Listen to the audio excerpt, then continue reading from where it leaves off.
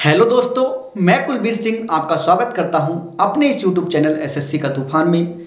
देखिए, आज हम आपको बायोलॉजी में पाचन तंत्र कराने के लिए जा रहे हैं। मतलब कि हम आपसे आज डाइजेस्टिव सिस्टम के बारे में बात करेंगे। देखिए, स्टार्ट करते हैं। पाचन तंत्र, डाइजेस्टिव सिस्टम के बारे में बात करें तो मनुष्य के पाचन तंत्र में सम्मिलित अंगों को मुख्य दो भागों में बांटा गया है। मतलब जो हमारा पाचन तंत्र होता है उसको दो भागों में बांटा गया है। एक तो आहार नाल और एक सहायक पाचक ग्रंथियां। मतलब आहार नाल जिसके अंदर हमारे भोजन का पाचन होता है, और सहायक पाचक ग्रंथियां वे जो भोजन को पचाने के लिए एंजाइम का स्रावण करती हैं। उन सभी के बारे में बात करेंगे। पहले बात करते हैं आहार नाल के बारे में। किसके बारे में बात करते हैं? देखिए, आहार नाल के बारे में। देखिए, यह लंबी सतत नलिका है। कैसी नलिका है? लंबी और सतत, जो मुख से लेकर के गुदा तक फैली हुई है। कहां तक फैली हुई है भाई? मुख से लेकर के गुदा तक फैली हुई है। मनुष्य की आहार नाल लगभग 30 फीट लंबी होती है। कितनी लंबी होती है भाई? 30 फीट लंबी होती है। कितनी लंबी है ये? जो मुख से लेकर के गुदा तक होती है उसकी लंबाई, जो आहार नाल है हमारी, उसकी लंबाई 30 फीट होती है, जो निम्नलिखित भागों में बटी रहती है। अब देखिए, भाग कौन कौन से? मुख गुहा, ग्रसनी, ग्रासनली, अमाशय और आंत। आंत कौन कौन सी? छोटी आंत और बड़ी आंत। अब बात करते हैं, देखिए, मुख गुहा के बारे में। देखिए, मुख गुहा, ठीक है, जहां से हमारे भोजन का पाचन स्टार्ट होता है। अब देखिए, बात करें मुख गुहा आहार नाल का पहला भाग है। जो हमारा पहला भाग होता है आहार नाल का, उसको मुख गुहा कहा जाता है। मुख गुहा में जीभ तथा दांत होते हैं। क्या होते हैं भाई? जीभ और दांत जो आते हैं वो हमारे मुख गुहा के अंतर्गत आते हैं। स्वाद का अनुभव करने के लिए जीभ की ऊपरी सतह पर स्वाद कलिकाएं पाई जाती हैं। मतलब कि आप अगर जीभ को, हम बहुत सूक्ष्मदर्शी की सहायता से अगर हम जीभ को देखें अपने, तो हमें दिखाई देगा बहुत छोटी छोटी उभरी हुई कलिकाएं दिखाई देती हैं, जिनको हम स्वाद कलिका कहते हैं। क्या कहते हैं? स्वाद कलिका, जो मीठा, खट्टा, नमकीन व कड़वे स्वाद का अनुभव करवाती हैं। मतलब जो भी स्वाद नलिकाएं होती हैं, कांटेनुमा उभरी हुई कलिकाएं, वो हमें स्वाद का पता बताती है कि कोई अगर हम पदार्थ खा रहे हैं तो वो कैसा है। मतलब कि हमने जो भोजन ग्रहण किया है वो कड़वा है, नमका है, मीठा है, कैसा है, उसके स्वाद के बारे में जो बताती है वो स्वाद कलिकाएं बताती हैं। और वो जीभ के ऊपर उभरी हुई होती हैं। कैसे? कहां पर उभरी हुई होती है भाई? जीभ के ऊपर। देखिए, मम्स, जिसको गलसुआ कहा जाता है, यह पैरामिक्सो वायरस द्वारा फैलाई जाने वाली बीमारी है। किसके द्वारा फैलाई जाती है भाई? पैरामिक्सो वायरस जो है उसके द्वारा गलसुआ होता है। क्या होता है? गलसुआ, जिसमें ग्रंथि में सूजन आ जाती है, जलन पैदा होती है और दर्द होने लगता है। ये तीनों होती हैं स्थितियां जब गलसुआ या मम्स होता है। क्या होता है? पैरामिक्सो वायरस के द्वारा जब ये होता है तो इसमें हमें सूजन आ जाती है, जलन महसूस होने लगती है और दर्द होने लगता है। ठीक है, ये तीनों परिस्थितियां होती हैं जब गलसुआ होता है। आगे बात करते हैं। देखिए, मुख में जो हमारा पाचन होता है उसके बारे में बात करते हैं। मुख गुहा में जो हमारा पाचन होता है उसके बारे में बात करते हैं। देखिए, पाचन का प्रारंभ मुख गुहा से होता है। कहां से होता है भाई? मुख गुहा से ही होता है हमारे भोजन का पाचन प्रारंभ, जहां भोजन को लार की सहायता से मथा जाता है। मतलब कि जो हमारी लार है वो भोजन को मथने का कार्य करती है हमारी मुख गुहा के अंदर, मतलब हमारे मुंह के अंदर। मनुष्य में 3 जोड़ी लार ग्रंथियां पाई जाती हैं। कितनी जोड़ी ग्रंथियां पाई जाती है? लार ग्रंथियां 3 जोड़ी। अब देखिए, सभी लार ग्रंथियां लार स्रावित करती हैं। अब देखिए, जब लार ग्रंथियां हैं तो लार ही स्रावित करेंगी। तो जो लार ग्रंथियां होती है वो क्या करती? स्रावित करती है, लार स्रावित करती है, जिनमें 99% जल होता है। कितने प्रतिशत जल होता है? 99%। और 1% एंजाइम पाया जाता है। कितने प्रतिशत एंजाइम पाया जाता है? 1%। उसमें 99% जल होता है, परंतु जो 1% होते हैं वही एंजाइम पाए जाते हैं केवल। लार में मुख्यतः 2 प्रकार के पाचक एंजाइम टाइलिन व लाइसोजाइम पाए जाते हैं। 2 प्रकार के मुख्य एंजाइम पाए जाते हैं, तो टाइलिन और एक लाइसोजाइम। अब देखिए बात करते हैं, 2 जीव ऐसे हैं, मेंढक और व्हेल मछली, जिनमें लार ग्रंथियां नहीं पाई जाती हैं। मेंढक के अंदर और व्हेल के अंदर लार ग्रंथियां नहीं पाई जाती हैं। ठीक है, ये ऐसे जीव हैं जिनके अंदर लार ग्रंथियां नहीं पाई जाती हैं। आगे बात करें, देखिए लार में जो टाइलिन एंजाइम होता है, ठीक है, वो उपस्थित होता है, और उसकी उपस्थिति में क्या होता है, जो हमारा भोजन होता है वो स्टार्च को, मतलब जो हमारा टाइलिन होता है वो एंजाइम क्या करता है, हमारे भोजन के अंदर जो स्टार्च होता है उसको डाइसैकेराइड माल्टोज में तोड़ देता है। स्टार्च को क्या में तोड़ देता है, वो डाइसैकेराइड माल्टोज में तोड़ देता है टाइलिन एंजाइम, जो हमारे लार के अंदर उपस्थित होता है। लार में उपस्थित लाइसोजाइम व थायोसाइनेट आयन भोजन के साथ आए हुए सूक्ष्म जीवों और जीवाणुओं को नष्ट कर देते हैं। ये किनको नष्ट करते हैं? जो सूक्ष्म जीव या जीवाणु होते हैं उनको नष्ट करने का कार्य करते हैं। भोजन में उपस्थित लगभग 30% मंड का पाचन मुखगुहा में ही हो जाता है। अब देखिए 30% जो मंड होती है उसका जो पाचन होता है वो हमारे कहाँ पर हो जाता है, मुखगुहा के अंदर। मतलब कि स्टार्च का 30% पाचन हमारे मुख के अंदर ही हो जाता है। ठीक है, आगे बात करते हैं, देखिए नेक्स्ट है दंत। ठीक है, दंत जो आते हैं वो भी हमारे मुख के अंदर ही आते हैं। ठीक है, इनके बारे में बात करते हैं। देखिए मनुष्य विषम दंती होता है। मनुष्य विषम दंती होता है, क्यों होता है? क्योंकि 4 प्रकार के दांत पाए जाते हैं उसके अंदर। कितने प्रकार के दांत पाए जाते हैं? 4 प्रकार के। मनुष्य में 4 प्रकार के दांत पाए जाते हैं। अब देखिए कौन से? कृंतक, रदनक, अग्रचवर्णक व चवर्णक। ठीक है, अब इनके बारे में बात करते हैं। देखिए कृंतक जो होते हैं वो सबसे आगे के दांत होते हैं, जो हमारे आगे उभरे हुए दांत होते हैं ये कृंतक होते हैं, जिनका कार्य भोजन को काटना होता है। मतलब जो हमारे कृंतक दांत होते हैं वो भोजन को काटने का कार्य करते हैं। रदनक जो होते हैं वो नुकीले दंत होते हैं। कैसे होते हैं? नुकीले, धारदार जिनको कहा जाता है, जिनका कार्य भोजन को फाड़ना होता है। मतलब जो रत्नक होते हैं, कृंतक जो होते हैं वो काम करते हैं काटने का, और जो भोजन को फाड़ने का कार्य करते हैं वो रत्नक करते हैं, जो नुकीले होते हैं।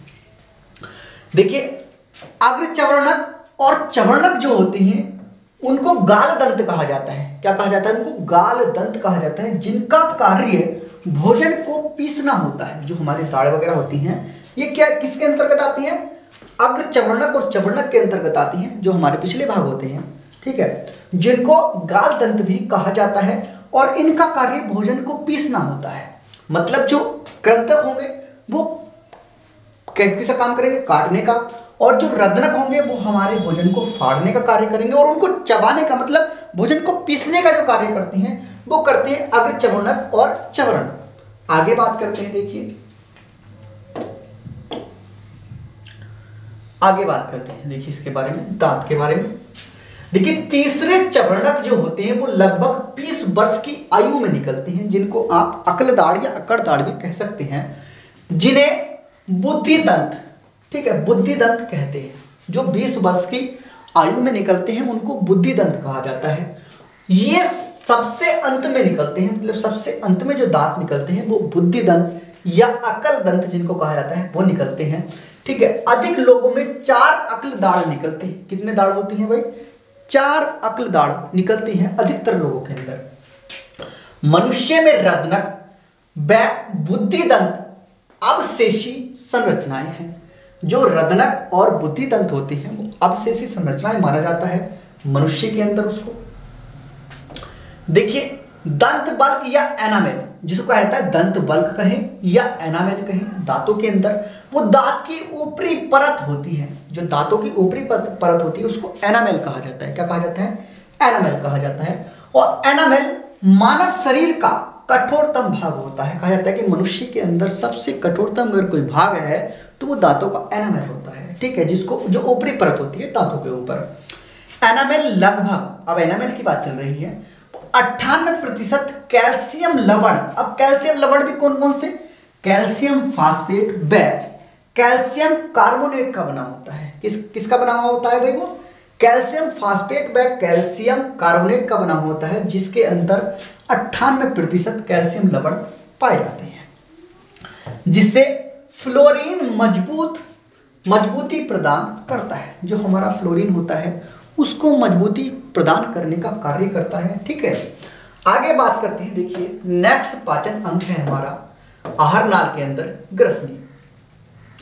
देखिए बहुत ज्यादा नहीं है, बस इसमें क्या होता है कि मुख गुहा का जो पिछला भाग होता है उसको ग्रसनी कहा जाता है। ये समझ लीजिए आप, जो मुख गुहा का पिछला भाग होगा उसको ग्रसनी कहा जाता है। अब इसके बाद आता है एक मुख्य भाग आहार नली का, जिसको कहा जाता है ग्रास नली। अब देखिए ग्रास नली की हम बात करें तो मुख गुहा से लार युक्त भोजन ग्रास नली में पहुंचता है। मतलब जो जिस भोजन के अंदर लार मिल जाती है, मतलब मिक्सअप हो जाती है लार जिसके अंदर, वो कहां पर पहुंचता है? मुख गुहा के बाद पहुंचता है ग्रास नली के अंदर। कहां पर? ग्रसनी से गुजरता हुआ ग्रास नली के अंदर पहुंचता है। और यह एक लंबी नली है। कैसी? एक लंबी नली होती है जो अमाशय में खुलती है। कहां पर जाकर खुलती है? हमारे अमाशय के अंदर, हमारे पेट के अंदर जाकर के खुलती है ग्रास नली। इसके क्रामानुकुंचन, जो क्रामानुकुंचन होता है, मतलब क्रामाकुंचन उसके अंदर जो क्रिया होती है उसके कारण भोजन नीचे की ओर खिसकता है। मतलब क्रामाकुंचन की जो क्रिया होती है उसके द्वारा भोजन नीचे की ओर खिसक जाता है और यहाँ पाचन क्रिया नहीं होती है। मतलब कि ये भी बात आपको याद रखनी है कि जो हमारी ग्रास नली होती है उसके अंदर भोजन की कोई भी मात्रा पचती नहीं, मतलब पाचन की क्रिया कोई भी नहीं होती है हमारी ग्रास नली के अंदर। आगे बात करते हैं, हमारा एक पाचन अंग है जिसको कहा जाता है अमाशय, मतलब पेट। आहार नाल का नेक्स्ट भाग है अमाशय। क्या कहा जाता है? अमाशय मतलब पेट।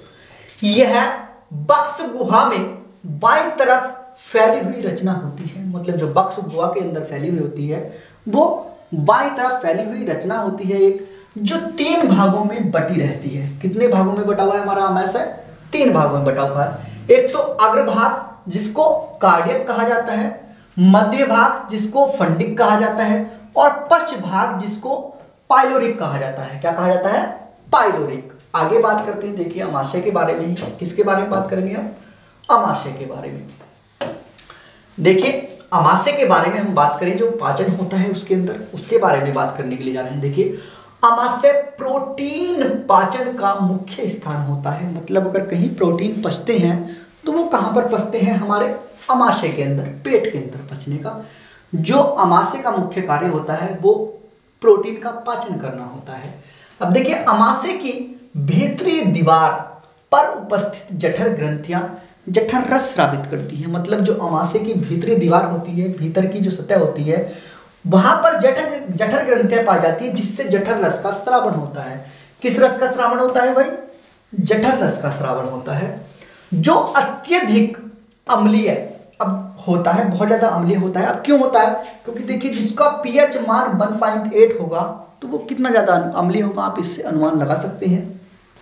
तो इसलिए जठर रस जो होता है वो क्या होता है? अम्लीय होता है।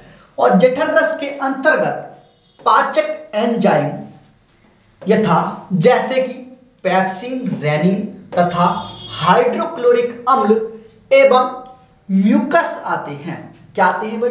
पेप्सिन, रेनिन और हाइड्रोक्लोरिक अम्ल व म्यूकस आते हैं हमारे जठर रस के अंतर्गत। आगे बात करें, देखिए हाइड्रोक्लोरिक अम्ल की उपस्थिति में, जो हाइड्रोक्लोरिक मतलब कि HCl होता है उसकी उपस्थिति में पेप्सिनोजन सक्रिय पेप्सिन में बदल जाता है। जो पेप्सिनोजन होता है वो सक्रिय पेप्सिन में बदल जाता है। किसमें बदल जाता है?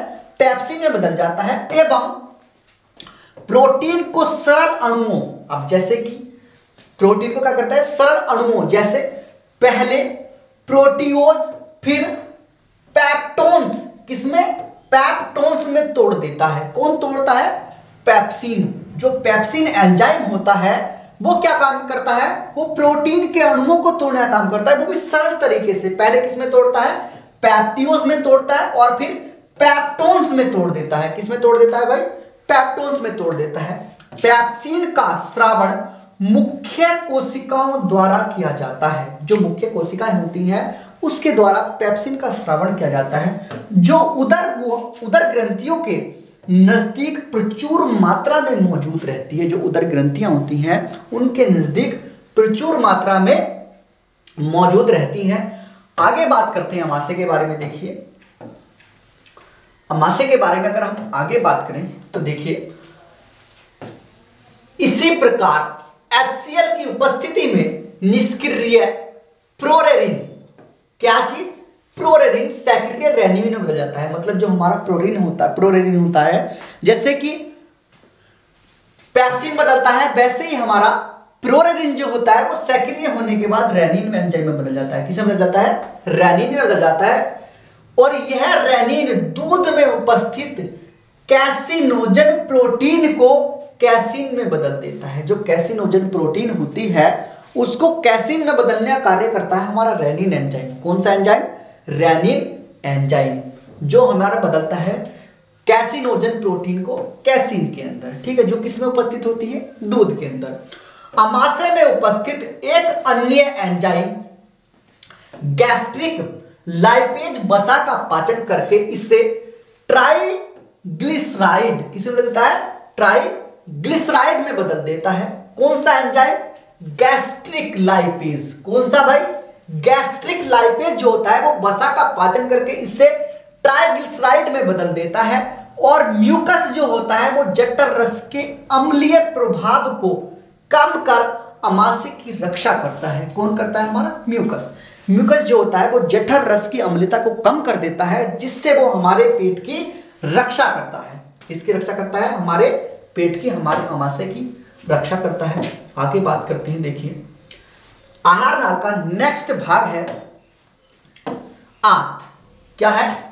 इंटेस्टाइन। आंत के बारे में बात करते हैं। मनुष्य की आंत की लंबाई लगभग 22 फीट होती है। ठीक है, जो आंत की लंबाई होती है हमारी वो लगभग कितने फीट होती है? 22 फीट की लंबाई होती है हमारी आंत की। शाकाहारियों में आंत की लंबाई, ये आंत नहीं है भाई, क्या है ये? आंत की लंबाई अपेक्षाकृत अधिक होती है। मतलब जो मांसाहारी होते हैं उनसे बड़ी होती है शाकाहारियों की आंतें। क्या होती हैं? वो ज्यादा बड़ी होती हैं, जिससे भोजन अवशोषण हेतु अतिरिक्त पृष्ठ क्षेत्र मिल सके। ठीक है, भोजन में क्या कर सके? अवशोषण के लिए अतिरिक्त कुछ क्षेत्र मिल सके, ज्यादा क्षेत्र मिल सके भोजन का पाचन होने के लिए। मनुष्य की आंत आंतों को दो भागों में बांटा जाता है। जो मनुष्य की आंत होती हैं उनको दो भागों में बांटा जाता है, छोटी आंत और बड़ी आंत में बांटा जाता है मनुष्य की आंत को। ठीक है, बात करते हैं देखिए छोटी आंत के बारे में। किसके बारे में बात करेंगे? स्मॉल इंटेस्टाइन के बारे में बात करेंगे, छोटी आंत के बारे में। देखिए छोटी आंत 3 भागों में विभक्त होती है। छोटी आंत जो होती है वो 3 भागों में विभक्त होती है। देखिए कौन कौन से? एक तो ग्रहणी और एक अग्र क्षुद्रांत। किसमें? ग्रहणी में और अग्र क्षुद्रांत में, और क्षुद्रांत में बटी हुई होती है हमारी छोटी आंत। अमाशय से निकलने के पश्चात भोजन अम्लान कहलाता है। क्या कहलाता है भाई? वो अम्लान कहलाता है। यह कायम ग्रहणी में पहुंचता है। कहां पर पहुंचता है भाई? कायम ग्रहणी के अंदर पहुंचता है, जो भोजन होता है अमाशय से निकलने के बाद, जहां सबसे पहले यकृत से निकलकर पित्तरस इसमें मिलता है। जो यकृत से निकलने वाला पित्तरस है वो कहां पर मिलता है? ग्रहणी के अंदर मिलता है, भोजन के अंदर। किसके अंदर मिलता है? ग्रहणी के अंदर मिलता है, भोजन के अंदर। और क्षारीय प्रकृति का होने के कारण पित्तरस कायम को क्षार्य बना देता है। जब पित्तरस की जैसी प्रवृत्ति होती है, मतलब उसकी क्षार्य प्रवृत्ति होती है, तो इसलिए उसको क्या कर देता है? ये क्षार्य बना देता है। कैसा बना देता है? पित्तरस क्षार्य बना देता है। और पित्तरस में किसी भी प्रकार का एंजाइम नहीं पाया जाता। जो हमारा पित्तरस होता है उसके अंदर किसी भी प्रकार का पाचक एंजाइम या कोई भी एंजाइम पाया नहीं जाता है पित्तरस के अंदर। यहां अग्नाशय से स्रावित अग्नाशय रस, कौन सा रस? अग्नाशय रस आकर कायम में मिलता है। जो ग्रहणी होती है वो उस पर क्या मिलता है? पहले पित्तरस मिलता है, फिर उसके बाद जब क्षार्य हो जाता है और क्या होता है? हमारा अग्नाशय रस भी उसके अंदर मिलता है। क्या मिलता है? अग्नाशय रस भी मिलता है। इसके पश्चात यह इलियम में पहुंचता है। कहां पर पहुंचता है भाई? इलियम में पहुंच जाता है हमारा भोजन, जहां आत्र रस, वहां से क्या मिलता है? आत्र रस मिलता है कि क्रिया कायम पर होती है। जो कायम होता है उस पर क्या होती है? आत्र रस की क्रिया होती है। और छोटी आंत में भोजन के पूर्ण पाचन के उपरांत उसका अवशोषण भी छोटी आंत में स्थित जो रसांकुर होते हैं उनके द्वारा होता है। मतलब कहा जाता है कि जो हमारा भोजन का पाचन होता है, पूर्ण पाचन मान लीजिए, सबसे अधिक पाचन मान लीजिए आप, वो छोटी आंत के अंदर होता है। किसके अंदर होता है भाई? छोटी आंत के अंदर होता है। देखिए आगे बात करें इसके बारे में, आगे बात करें तो देखिए बिना पचा हुआ कायम बड़ी आंत में पहुंचता है। मतलब जो बिना पचा हुआ रह जाता है वो कहां पर पहुंच जाता है? नेक्स्ट बड़ी आंत के अंदर। जो भोजन बच जाता है पाचन होने से वो कहां पर पहुंच जाता है? बड़ी आंत के अंदर पहुंच जाता है, जहां जल का अवशोषण होता है। मतलब उसके अंदर जो जल होता है वो अवशोषित किया जाता है बड़ी आंत के अंदर। कहां पर क्या होता है? बड़ी आंत के अंदर। एवं शेष कायम मल के रूप में मलाशय, क्या है? मलाशय में एकत्र होकर गुदा द्वारा बाहर निकल जाता है। ये मलाशय है। क्या है ये? मलाशय। तो जिसके द्वारा हमारा क्या होता है? भोजन बाहर निकल जाता है पचने के बाद गुदा के द्वारा। क्या हो जाता है? वो बाहर निकल जाता है या निकाल दिया जाता है। छोटी आंत में पाचन की अगर हम बात करें तो छोटी आंत में भोजन के आते ही इसमें 3 पाचक रस मिलते हैं, जिसके बारे में मैंने आपको भी बताया है। एक तो पित्त रस, एक अग्नाशय रस और एक आंत्र रस। कितने प्रकार के रस मिलते हैं भाई? 3 प्रकार के रस मिलते हैं। ठीक है, आगे बात करते हैं देखिए हम पित्त रस के बारे में। किसके बारे में बात करते हैं भाई? बाइल जूस के बारे में। पित्त रस के बारे में हम बात करें तो देखिए पित्त रस यकृत द्वारा स्रावित होता है। मतलब पित्त रस का स्रावण कौन करता है? हमारा यकृत करता है, जो पित्ताशय में संचित होता है। मतलब पित्त रस जो है वो पित्ताशय में संचित होता है, मगर जो स्रावित किया जाता है वो यकृत के द्वारा किया जाता है। मतलब पित्ताशय उसको इकट्ठा करने का कार्य करता है, मगर उसको पैदा कौन करता है? वो यकृत करता है। मतलब उसको स्रावित कौन करता है? वो यकृत करता है।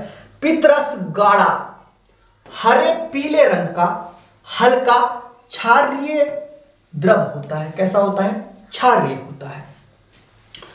मनुष्य में प्रतिदिन लगभग 600 मिली पित्त रस स्रावित होता है। कितना होता है भाई?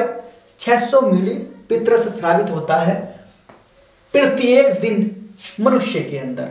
पित्त रस में कोई भी पाचक एंजाइम नहीं पाया जाता। जो हमारा पित्त रस होता है, बाइल जूस जो होता है, उसके अंदर कोई भी पाचक एंजाइम नहीं पाया जाता है। पित्त रस में पित्तवर्णक जैसे कि बिलिरुबिन, बिलिवर्डिन आदि पाए जाते हैं। मतलब जो पित्तवर्णक होते हैं जैसे कि बिलिरुबिन या बिलिवर्डिन वो पाए जाते हैं। पित्त रस के अंदर कोई पाचक एंजाइम नहीं पाया जाता है। आगे बात करते हैं, देखिए आगे बात करें पित्त रस के बारे में तो देखिए पित्त रस में उपस्थित 2 लवण सोडियम ग्लाइकोकोलेट, कौन सा? सोडियम ग्लाइकोकोलेट तथा सोडियम टोरोकोलेट। कौन सा? टोरोकोलेट, सोडियम टोरोकोलेट भोजन में उपस्थित वसा को जल के साथ मिलाकर छोटी छोटी बूंदों में तोड़ देते हैं। किस में तोड़ देते हैं भाई? वो छोटी छोटी बूंदों में तोड़ देते हैं। किसको तोड़ते हैं? वसा को। किसको तोड़ते हैं?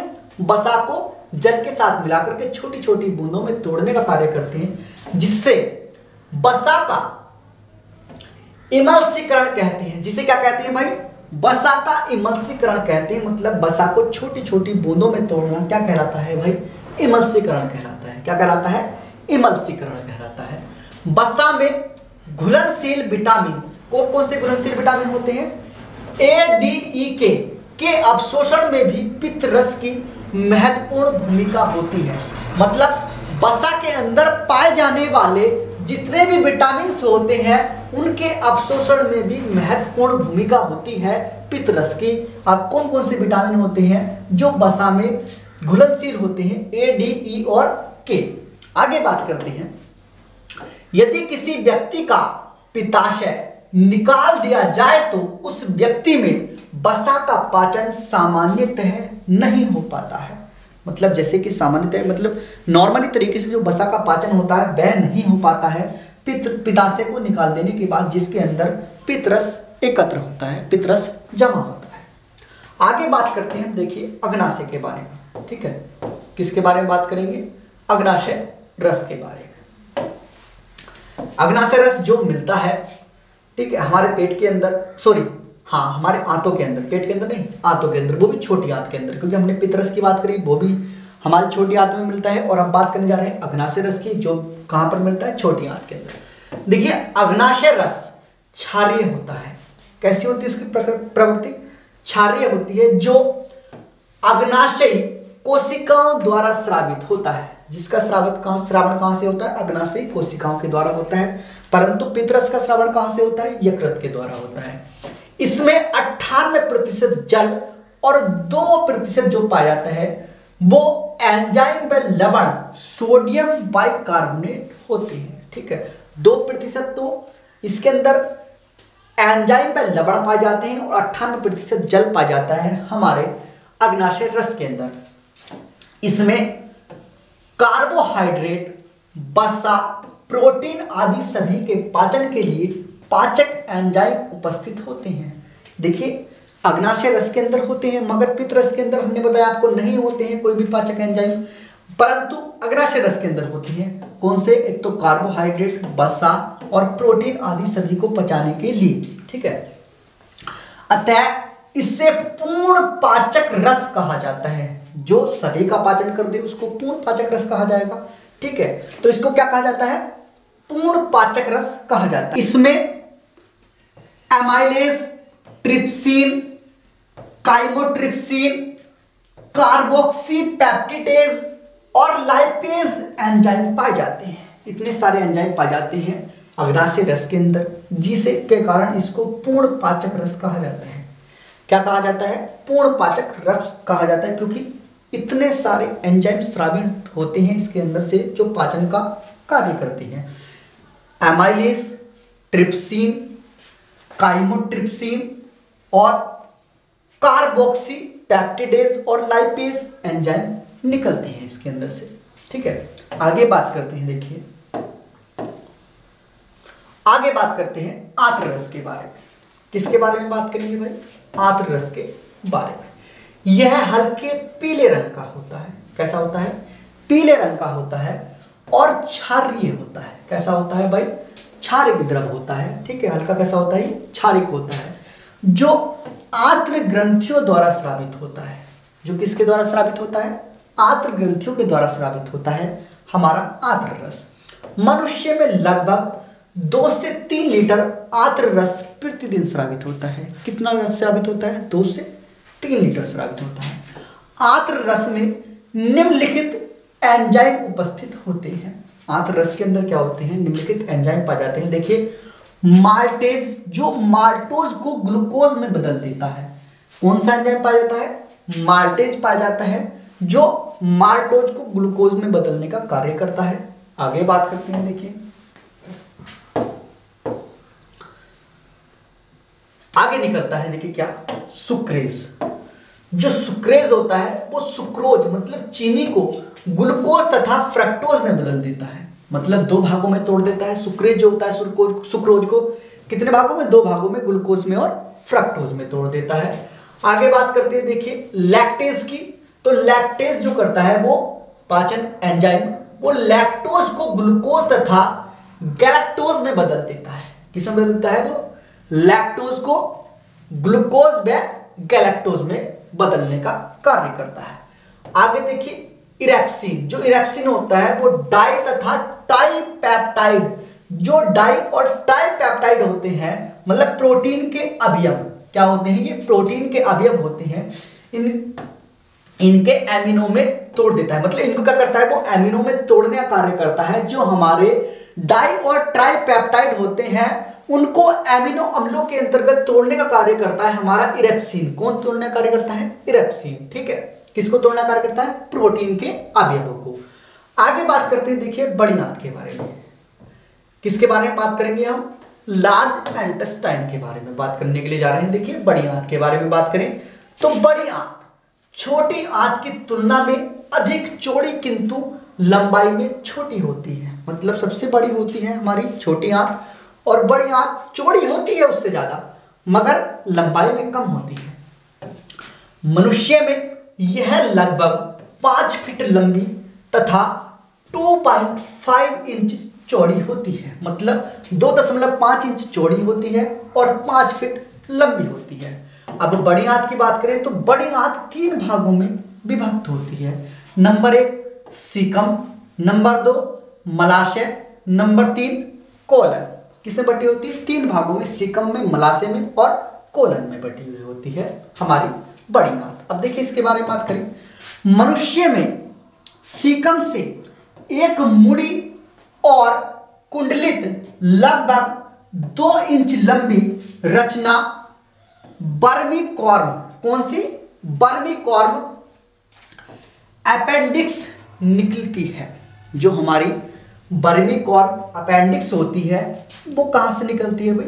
सीकम से निकलती है। कहां से? सीकम से। जो मुड़ी और कुंडलित लगभग 2 इंच लंबी होती है। कितने इंच लंबी होती है? 2 इंच लंबी होती है। जो बर्मीकॉर्म अपेंडिक्स निकलती है वो कितने इंच की लंबी होती है? 2 इंच लंबी होती है। और बर्मीकॉर्म अपेंडिक्स जो होती है वो एक अवशेषी अंग है। वो कैसा अंग है? अवशेषी अंग होता है हमारी बड़ी आंत के अंदर। अब आगे बात करें, देखिए इसके बढ़ जाने के कारण आपने सुना होगा कि अपेंडिक्स का ऑपरेशन होता है। ठीक है, देखिए आगे बात करें इसके बारे में तो देखिए बड़े आंत में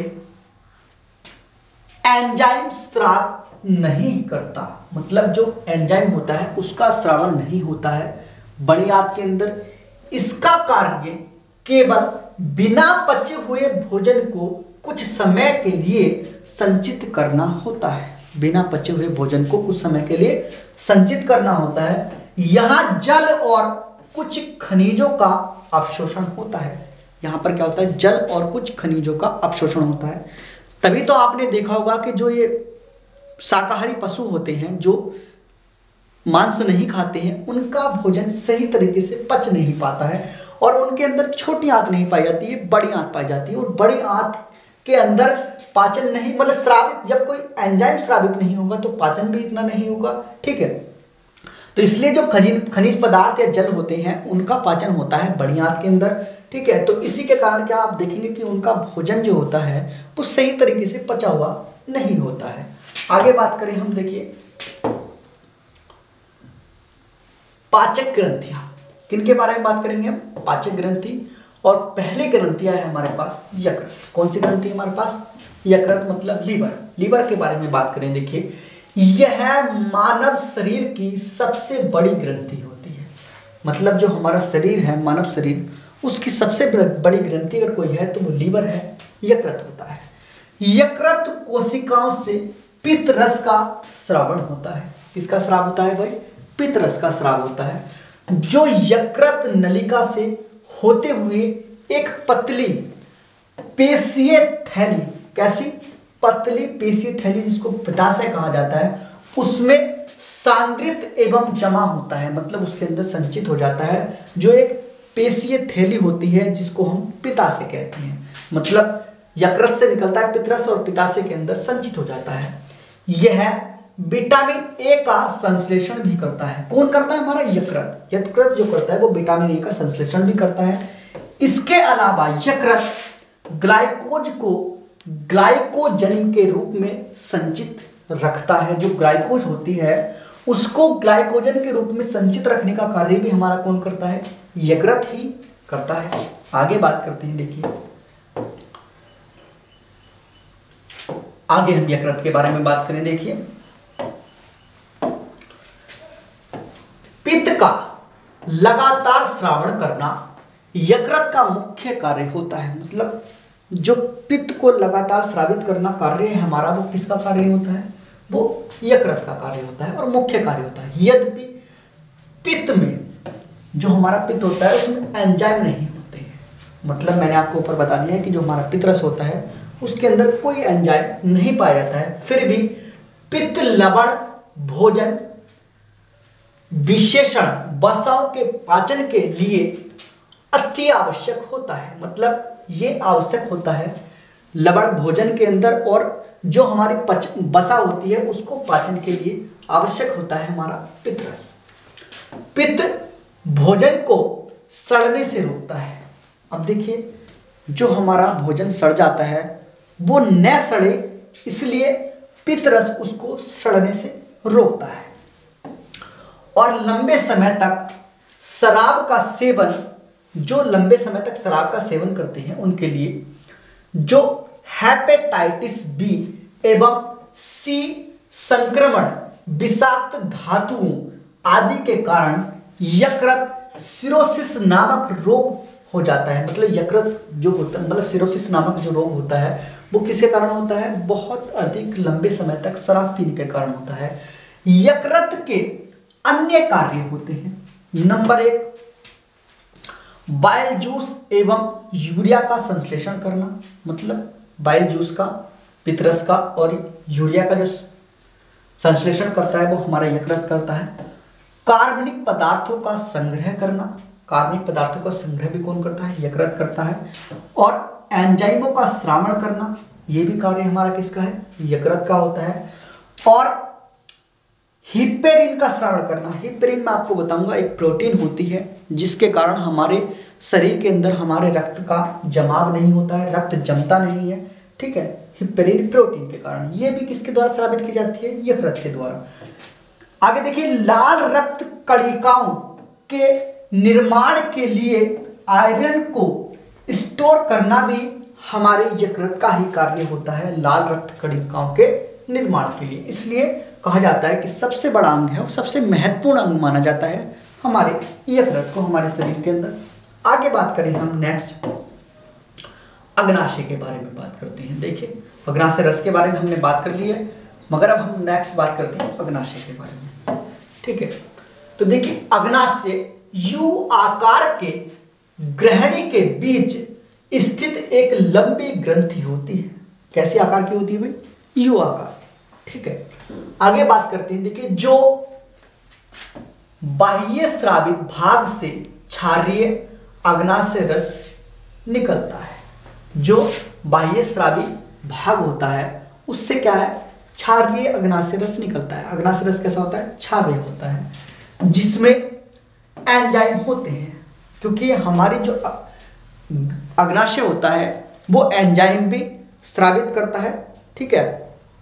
क्योंकि मैं आपको बताऊंगा ये अंतःस्रावी ग्रंथि और बाह्य स्रावी ग्रंथि दोनों प्रकार की होती है, हमारी जो होती है अग्नाशय ग्रंथि, ठीक है। तो इसलिए क्या करती है? एंजाइम भी स्रावित करती है। और अंतःस्रावी ग्रंथि जो होती है इंसुलिन और ग्लाइकोगोन नामक हार्मोन्स का स्रावण करती है। किसका स्रावण भी करती है? हार्मोन्स का श्रावण भी करती है, क्योंकि अंतःस्रावी ग्रंथियां जो होती हैं सारी की सारी वो सिर्फ हार्मोन्स का श्रावण करती हैं, और बाह्य स्रावी ग्रंथियां जो होती है वो एंजाइम का श्रावण करती है। किनका श्रावण करती है? वो एंजाइम का श्रावण करती हैं। और अंतःस्रावी ग्रंथियां केवल हार्मोन्स का श्रावण करती हैं। तो इसलिए दोनों आती है, ये मतलब कि हार्मोन्स का और एंजाइम का दोनों श्रावण करती है। तो इसको इसलिए अंतःस्रावी ग्रंथि और बाह्य स्रावी ग्रंथि दोनों कहा जाता है अग्नाशय को, ठीक है। तो देखिए, आगे बात करें तो अग्नाशय द्वारा ट्रिप्सिन एंजाइम का स्राव किया जाता है। मतलब किसका स्राव? मैंने आपको बताया, पीछे बताया था कि अग्नाशय रस के अंदर बहुत सारे एंजाइम पाए जाते हैं, इसलिए जो ट्रिप्सिन भी उनमें से एक था, ठीक है, लाइपेज भी था। तो इसलिए जो ट्रिप्सिन का श्रावण किया जाता है वो किसके द्वारा किया जाता है? हमारे अग्नाशय के द्वारा किया जाता है, जो प्रोटीन को एमिनो अम्ल में परिवर्तन के लिए उत्प्रेरक की तरह कार्य करता है। मतलब प्रोटीन को जो अग्नाशय रस होता है उसके द्वारा ट्रिप्सिन होता है, तो एमिनो अम्ल के अंदर उनको परिवर्तन करने के लिए एक उत्प्रेरक का कार्य करता है, क्योंकि हमारे प्रोटीन जो होते हैं वो एमिनो अम्ल के बने हुए होते हैं। किसका बना होता है? प्रोटीन का निर्माण 20 एमिनो अम्ल के द्वारा होता है। देखिए, ये आपका पाचन तंत्र कंप्लीट हो चुका है। अब हम आपको इसके बाद श्वसन तंत्र कराएंगे। वीडियो अगर अच्छी लगी हो तो लाइक करें, शेयर करें और मेरे इस यूट्यूब चैनल को सब्सक्राइब जरूर करें। अगर आपको कोई कमी दिखाई देती है तो प्लीज़ कमेंट जरूर करें। वीडियो को देखने के लिए आप सभी का धन्यवाद।